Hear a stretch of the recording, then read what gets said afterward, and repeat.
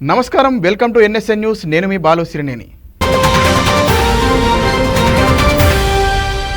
ఎన్నికల మేనిఫెస్టోలో ఇచ్చిన 6 హామీలను అమలు చేస్తూ వస్తున్నారు తెలంగాణ ముఖ్యమంత్రి రేవంత్ రెడ్డి అధికారంలోకి వచ్చి రాగానే కాంగ్రెస్ ప్రభుత్వం మహాలక్ష్మి పేరిట మహిళలకు ఉచిత బస్సు సౌకర్యం కల్పించింది ఈ క్రమంలోనే రాష్ట్రంలోని ప్రతి పాఠశాలకు ఇంటరాక్టివ్ వైట్ బోర్డులు అందించాలని కీలక నిర్ణయం తీసుకుంది సర్కార్ వీటితో పాటుగా స్కూల్ విద్యార్థులకు 20,000 రూపాయలు విలువ చేసే ల్యాప్టాప్లు అందించాలని రేవంత్ రెడ్డి అధికారులను ఆదేశించారు విద్యార్థులకు సంబంధించిన సౌకర్యాలపై సీఎం రేవంత్ ఐటీ పరిశ్రమల శాఖ మంత్రి శ్రీధర్ బాబులు నోకియా సంస్థ ప్రతినిధులతో చర్చించారు విద్యార్థులకు ల్యాప్టాప్లు ఏ తరగతి విద్యార్థులకు అందించాలనే అంశాన్ని సీఎం ప్రకటించనున్నారు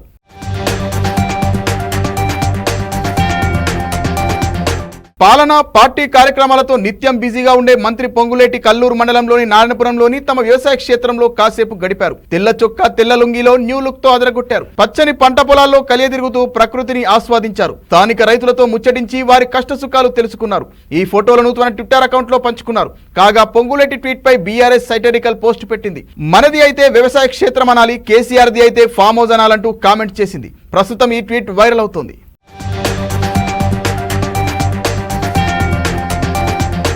గత ప్రభుత్వానికి సంబంధించిన డిజిటల్ సమాచారాన్ని రాష్ట్ర సర్కార్ ఉద్దేశపూర్వకంగా ప్రభుత్వ వెబ్సైట్ల నుంచి తొలగిస్తోందని బీఆర్ఎస్ కార్యనిర్వాహక అధ్యక్షుడు కేటీఆర్ ఆరోపించారు ఈ విషయంలో వెంటనే జోక్యం చేసుకోవాలని సీఎస్ శాంతికుమారికి లేఖ రాశారు మొదట్లో ఇదంతా నిర్వహణ సమస్య అని చెప్పినప్పటికీ కొన్ని నెలలుగా మరింత సమాచారం కనిపించకుండా పోవడంపై అనుమానం కలుగుతుందని వెల్లడించారు రాష్ట్రానికి సంబంధించి కీలకమైన సమాచారం మాయమవడం వెనుక ఉన్నతాధికారులు ఉన్నారంటూ సందేహం వ్యక్తం చేశారు రాష్ట్ర చరిత్ర ప్రాముఖ్యతకు సంబంధించిన అన్ని ఆధారాలు సమాచారం డిజిటల్ కంటెంట్ ను కాపాడాల్సిన బాధ్యత ప్రభుత్వ ప్రధాన కార్యదర్శికి ఉంటుందని గుర్తు చేశారు కొందరు ఇష్టాయిష్టాల కోసం ప్రజా ఆస్తులను ధ్వంసం చేస్తే తెలంగాణ భవిష్యత్ తరాలు క్షమించబోవని కేటీఆర్ వెల్లడించారు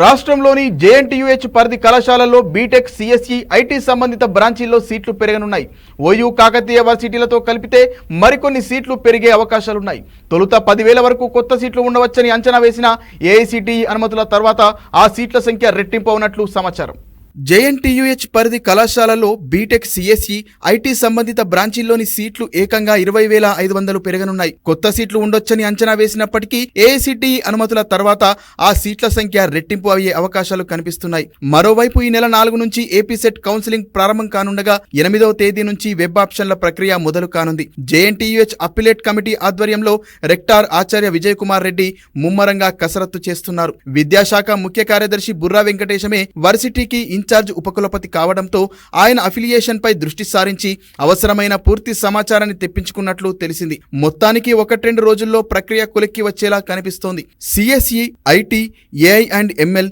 డేటా సైన్స్ తదితర బీటెక్ సీట్లకు భారీగా అనుమతులిస్తే ప్రభుత్వం అదే స్థాయిలో బోధనా రుసుములు చెల్లించాల్సి ఉంటుంది అయితే నాన్ రియంబర్స్మెంట్ పేరుట అనుమతి ఇవ్వాలని కళాశాలల యాజమాన్యాలు ఇప్పటికే కోరాయి అప్పుడు ప్రభుత్వంపై భారం పడదని ఆర్థిక స్తోమత ఉన్న విద్యార్థులే ఆయా సీట్లను ఎంచుకుంటారని తెలిపాయి విద్యాశాఖ ముఖ్య కార్యదర్శి మాత్రం కోర్ బ్రాంచీలను ప్రోత్సహిస్తామని అంతా సిఎస్ఈ చదివితే సివిల్ మెకానికల్ ఎలక్ట్రికల్ ఇంజనీర్లు ఎక్కడి నుంచి వస్తారని ఇటీవల యాజమాన్యాల సమావేశంలో ప్రశ్నించారు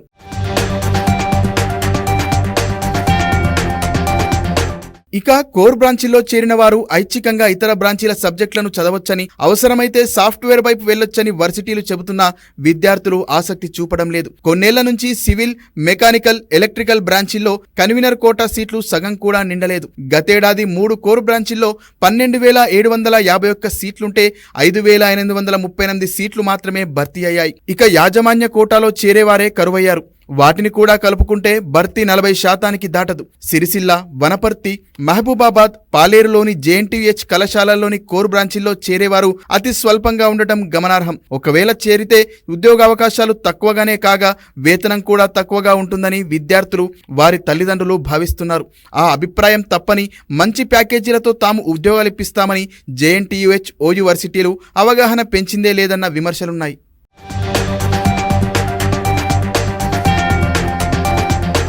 రాష్ట్రంలో తరచూ జరుగుతున్న కుక్కకాటు మరణాలపై హైకోర్టు అసహనం వ్యక్తం చేసింది మృతి చెందిన పిల్లల కుటుంబాలకు పరిహారం చెల్లించి చేతులు దులిపేసుకుంటే సరిపోదని కోర్టు వ్యాఖ్యానించింది భవిష్యత్తులో ఇలాంటి ఘటనలు పునరావృతం కాకుండా విధానాలు రూపొందించాలని ప్రభుత్వానికి సూచించింది రాష్ట్రంలో కుక్కకాటుకు గురైన పిల్లల మరణాలకు సంబంధించి తెలంగాణ ప్రభుత్వం తీసుకున్న చర్యలపై హైకోర్టు ప్రశ్నించింది. కుక్కకాటుకు బలైన పిల్లల కుటుంబాలకు పరిహారం చెల్లిస్తే సరిపోదని వ్యాఖ్యానించిన కోర్టు ఘటనలు పునరావృతం కాకుండా విధానాలు రూపొందించాలని ప్రభుత్వానికి న్యాయస్థానం తెలిపింది. Anupam Tripathi versus union of India కేసులో సుప్రీంకోర్టు ఇచ్చిన ఆదేశాల అమలుకు తీసుకున్న చర్యలేంటో చెప్పాలని సర్కార్ను ఆదేశించింది. వీధి కుక్కల నియంత్రణకు సరైన చర్యలు చేపట్టడం లేదంటూ వనస్థలీపురానికి చెందిన విక్రమాదిత్య ప్రజా ప్రయోజన వ్యాజ్యం దాఖలు చేశారు. దానికి అనుబంధంగా ఇటీవల కుక్కకాటు మరణాలపై వచ్చిన వార్తలను హైకోర్టు పరిగణలోకి తీసుకుంది. పిటిషన్పై ప్రధాన న్యాయమూర్తి జస్టిస్ అలోక్ అరాదే, జస్టిస్ అనిల్ కుమార్ తో కూడిన ధర్మాసనం విచారణ చేపట్టింది. పటాన్చేరులో బాలుడిపై 6 వీధి కుక్కలు దాడి చేసిన ఘటనపై ధర్మాసనం ఆందోళన వ్యక్తం చేసింది. పరిహారం చెల్లిస్తే సరిపోదని, పునరావృతం కాకుండా నిర్దిష్ట విధి విధానాలను రూపొందించాల్సి ఉందని పేర్కొంది. దీనికి సంబంధించి గతంలో సుప్రీంకోర్టు ఇచ్చిన ఆదేశాలకు సంబంధిత ఘటన నివేదికను సమర్పించాలని రాష్ట్ర ప్రభుత్వంతో పాటు జాతీయ జంతు సంక్షేమ మండలిని ఆదేశించింది. తదుపరి విచారణను ఈ నెల 10కి వాయిదా వేసింది.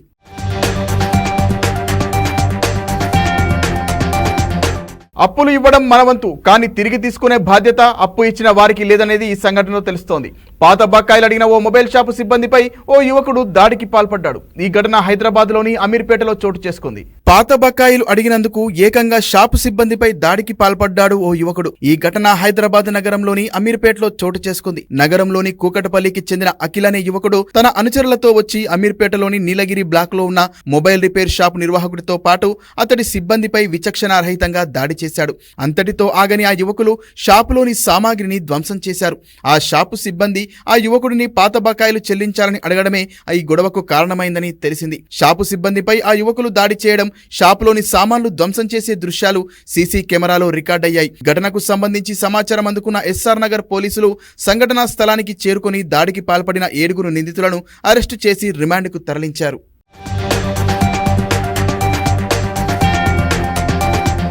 పెద్దపల్లి జిల్లా ఓడేడు గ్రామ పరిధిలో మానేరు వాగుపై నిర్మాణంలో ఉన్న వంతెన 5 గైడర్లు ఏప్రిల్ 22న అర్ధరాత్రి కూలిపోయాయి.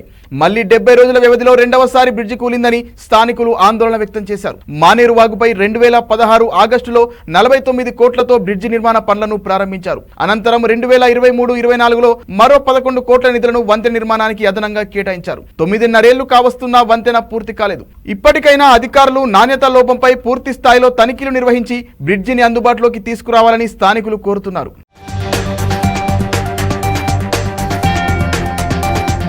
తీర్థయాత్రలకు వెళ్లి తిరిగి వచ్చేలోగా దొంగలు ఇంటికి కన్నం వేసిన ఘటన సికింద్రాబాద్ జవహర్ నగర్ పోలీస్ స్టేషన్ పరిధిలో జరిగింది. దమ్మాయిగూడలోని అంజనాద్రి నగర్ కాలనీలో నివాసం ఉంటున్న దాసరి మహిపాల్ రెడ్డి ఇంట్లో మొన్న రాత్రి దొంగలు పడ్డారు. 4 తులాల బంగారంతో పాటు కొంత నగదు దొంగలించారు. 2 రోజుల క్రితం శ్రీకాళహస్తి తీర్థయాత్రకు వెళ్లి నిన్న రాత్రి ఇంటికి చేరుకున్న మహిపాల్ కుటుంబ సభ్యులు ఇంట్లో దొంగతనం జరిగినట్లు గుర్తించారు. 2 వ్యక్తులు గోడ దూకుతున్న దృశ్యాలు సీసీ కెమెరాలో నమోదయ్యాయి. బాధితుల ఫిర్యాదుతో కేసు నమోదు చేసుకున్న పోలీసులు దర్యాప్తు చేస్తున్నారు.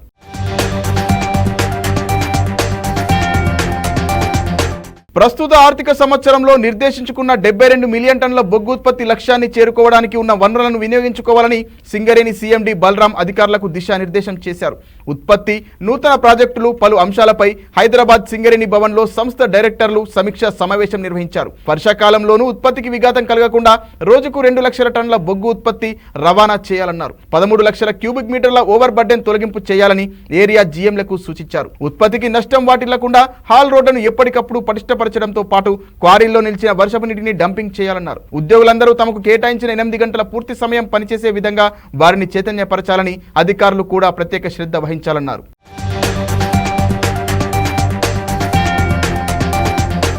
ఏపీ సీఎం చంద్రబాబు ఇవాళ ఢిల్లీకి వెళ్లనున్నారు. ఢిల్లీకి వెళ్లిన చంద్రబాబు ప్రధాని మోదీతో రేపు భేటీ కానున్నారు. పోలవరం ప్రాజెక్టు నిధులు, రాష్ట్రానికి ప్రత్యేక ఆర్థిక సాయం గురించి చర్చించే అవకాశం ఉన్నట్లు తెలుస్తోంది. ఆంధ్రప్రదేశ్ ముఖ్యమంత్రి చంద్రబాబు నాయుడు ఇవాళ విజయవాడ నుంచి ఢిల్లీకి వెళ్లనున్నారు. ప్రధానమంత్రి మోదీతో చంద్రబాబు రేపు భేటీ అవ్వనున్నారు. అనంతరం మోడీని కలిసి పోలవరం ప్రాజెక్టు నిధులు, రాష్ట్రానికి ప్రత్యేక ఆర్థిక సాయం గురించి చర్చించే అవకాశం ఉంది. మోడీతో సమావేశం నిర్వహించిన అనంతరం హోంమంత్రి అమిత్ షా, ఆర్థిక శాఖ మంత్రి నిర్మలా సీతారామన్, కేంద్ర మంత్రి నితిన్ గడ్కరీ, జేపీ నడ్డాలను కలిసే అవకాశం ఉన్నట్లు తెలుస్తోంది. ఇక చంద్రబాబు ఢిల్లీ ఢిల్లీ పర్యటన సందర్భంగా ఆహార శుద్ధి యూనిట్ల ఏర్పాటుకు సహకారం, పారిశ్రామిక రాయితీలు, మౌలిక వస్తువుల కల్పన, ప్రాజెక్ట్స్ వంటి అంశాల అమలుపై సహాయం అందించాలని చంద్రబాబు కోరే అవకాశం లేకపోలేదు. మరోవైపు ప్రధానమంత్రి, కేంద్ర మంత్రులకు రాష్ట్ర ఆర్థిక పరిస్థితిపై బాబు నివేదిక ఇవ్వనున్నారన్న సమాచారం ఉంది. చంద్రబాబుతో పాటు మంత్రులు పయ్యావుల కేశవ్, నిమ్మల రామానాయుడు, బీసీ జనార్దన్ రెడ్డి కూడా ప్రధానిని కలిసేందుకు ఢిల్లీకి వెళ్లనున్నారు.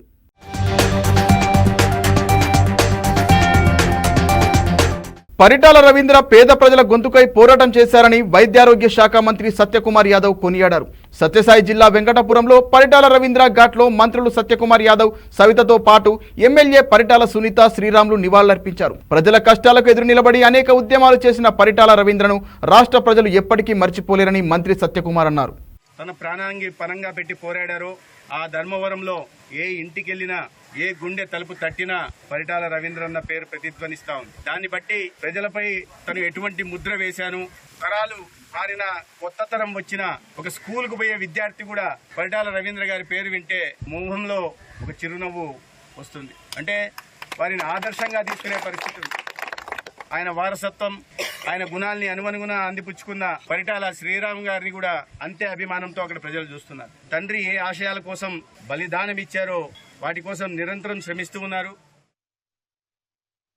వైఎస్ఆర్ జిల్లా కాజీపేట బాలికల ఉన్నత పాఠశాలలో దాదాపు 60 మంది బాలికలు అస్వస్థతకు గురికాగా మాజీ మంత్రి డిఎల్ రవీంద్రారెడ్డి వారిని పరామర్శించారు. తాగునీరు కలుషితమైన కారణంగా బాలికలు వాంతులు, విరేచనాలతో అస్వస్థతకు లోనైనట్లు ప్రాథమిక వైద్య సిబ్బంది వివరించారు. వారి ఆరోగ్య పరిస్థితిని అడిగి తెలుసుకున్నారు. అంతకుముందు పాఠశాలలో తాగునీటి వసతిని పరిశీలించిన మాజీ మంత్రి వాటి శుభ్రతపై ఆరా తీశారు.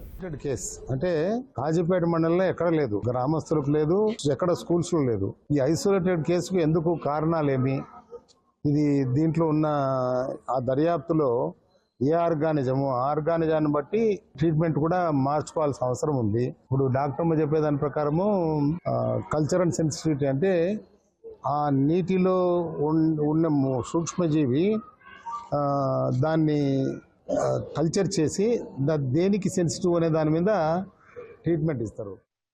రాష్ట్రంలోని వ్యాపారస్తులు తమ వాణిజ్యాలను కొనసాగించుకునే స్వేచ్ఛాయుత వాతావరణం కూటమి ప్రభుత్వ ఏర్పాటుతో లభించిందని విశాఖ ఎమ్మెల్యేలు క్రెడాయ్ ప్రతినిధులకు హామీ ఇచ్చారు. వాణిజ్యం సజావుగా జరిగితే రాష్ట్రానికి మంచి ఆదాయం లభిస్తుందని, తద్వారా ఇతర ప్రాంతాల వారు రాష్ట్రం వైపు చూసే అవకాశం ఉంటుందన్నారు. విశాఖలో గెలుపొందిన ఎమ్మెల్యేలను క్రెడాయ్ ఆధ్వర్యంలో వివిధ సంస్థల ప్రతినిధులు సత్కరించారు. సుదీర్ఘంగా ఎదుర్కొంటున్న సమస్యలను ప్రభుత్వం పరిష్కరిస్తే రియల్ ఎస్టేట్ రంగం మరింత పుంజుకుంటుందని ఎమ్మెల్యేలకు వివరించారు.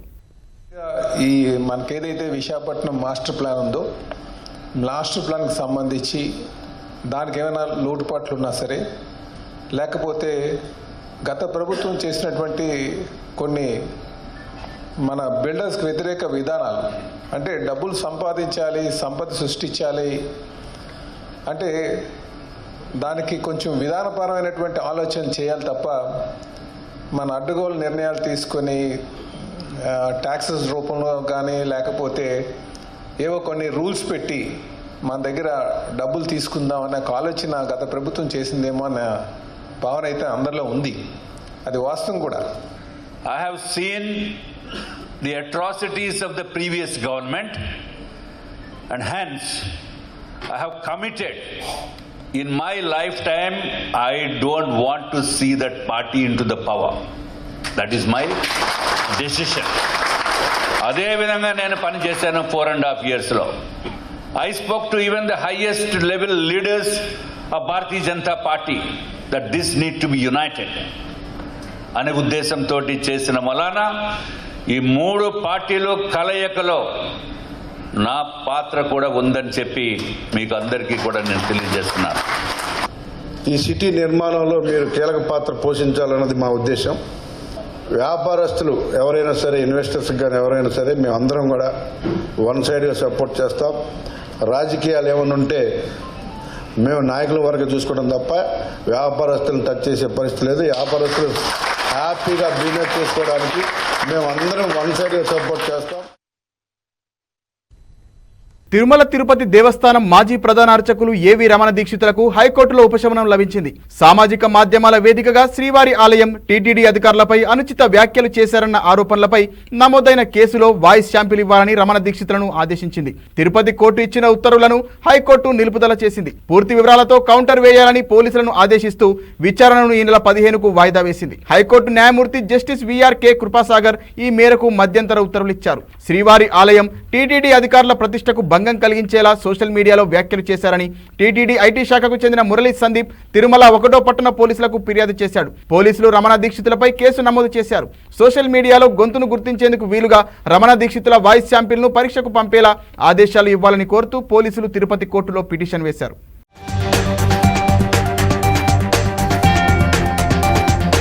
ఏపీలో నైరుతి రుతుపవనాల కదలికలో స్వల్ప విరామం చోటు చేసుకుంది. జూలై 6 వరకు ఏపీలో ఉష్ణోగ్రతలు పెరగనున్నట్లు వాతావరణ శాఖ వెల్లడించింది. పలు ప్రాంతాల్లో 4 నుంచి 5 డిగ్రీల సెల్సియస్ ఉష్ణోగ్రతలు అధికంగా నమోదు కానున్నాయి. ఇవాళ అక్కడక్కడ తేలికపాటి వర్షాలు కురిసే అవకాశం ఉందని పేర్కొంది వాతావరణ శాఖ.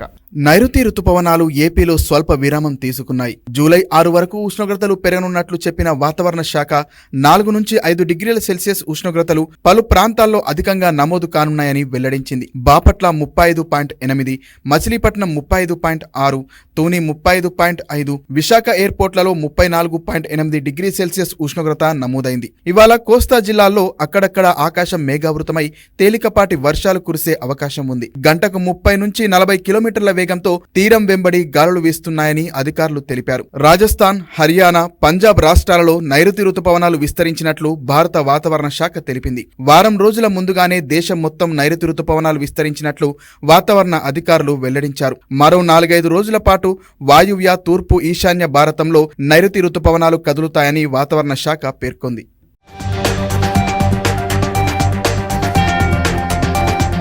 తెలుగు రాష్ట్రాల్లో వీధి కుక్కలు చిన్నారులపై దాడులు చేస్తూ తీవ్రంగా గాయపరుస్తున్నాయి. వీధుల్లో స్వైర విహారం చేస్తున్న కుక్కలతో జనం ఇంటి నుంచి అడుగు బయట పెట్టాలంటేనే భయపడిపోతున్నారు. జిల్లాలోని పటాన్చేరు మండలంలో శునకాల దాడిలో ఓ బాలుడు మరణించిన సంఘటన మరవక ముందే సంగారెడ్డి జిల్లా కేంద్రంలోని 12వ వార్డు శ్రీనగర్ కాలనీలో ఇంటి ముందు ఆడుకుంటున్న బాలుడిపై 6 వీధి కుక్కలు దాడి చేశాయి. బాలుడి కేకలు విన్న స్థానికులు తరిమేందుకు ప్రయత్నించారు. రాళ్లతో కుక్కలను కొట్టి అక్కడి నుంచి తరిమేశారు. వీధి కుక్కల దాడిలో తీవ్రంగా గాయాల పాడైన బాలుడిని చికిత్స నిమిత్తం ఆసుపత్రికి తరలించి చికిత్స అందిస్తున్నారు.